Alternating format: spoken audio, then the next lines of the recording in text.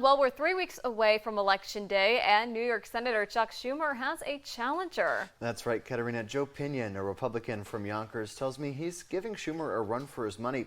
I sat down with him and heard his plan for New York. New York hasn't elected a Republican senator since 1992 with Al D'Amato. Chuck Schumer beat him in his re-election campaign in 1998 and has been New York senator ever since. Joe Pinion now thinks he can upset Chuck Schumer. The reason we haven't elected a Republican to the United States Senate is because we haven't really tried.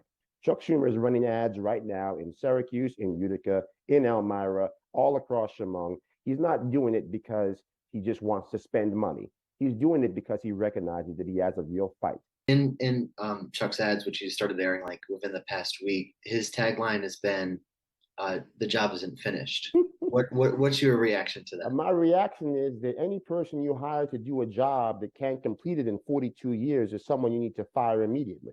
Pinion is a former television opinion host and political commentator turned politician. Running for U.S. Senate in 2022 was the last thing on my priority list. I had a job that I loved. Certainly the timing was not spectacular for my family. But I think in some ways what was happening to my family and what was happening all across the country left me feeling as if I had no choice. He says the problems he wants to fix are eliminating disparities in rural health care, increasing literacy rates, and enshrining reading as a basic human right, enshrining school choice as law across the country, and stopping the influx of drugs in America. Pinion wants voters to ask themselves a question. Are you better off today than you were 2 years ago, 4 years ago, or in the case of Chuck Schumer, 24 years ago? And if you look at New York, the story is of stark no.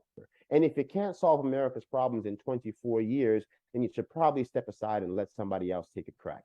Pinion thinks he can be different. If you are unhappy with the world as it is today, you cannot vote for the architects who built it. Chuck Schumer built this world.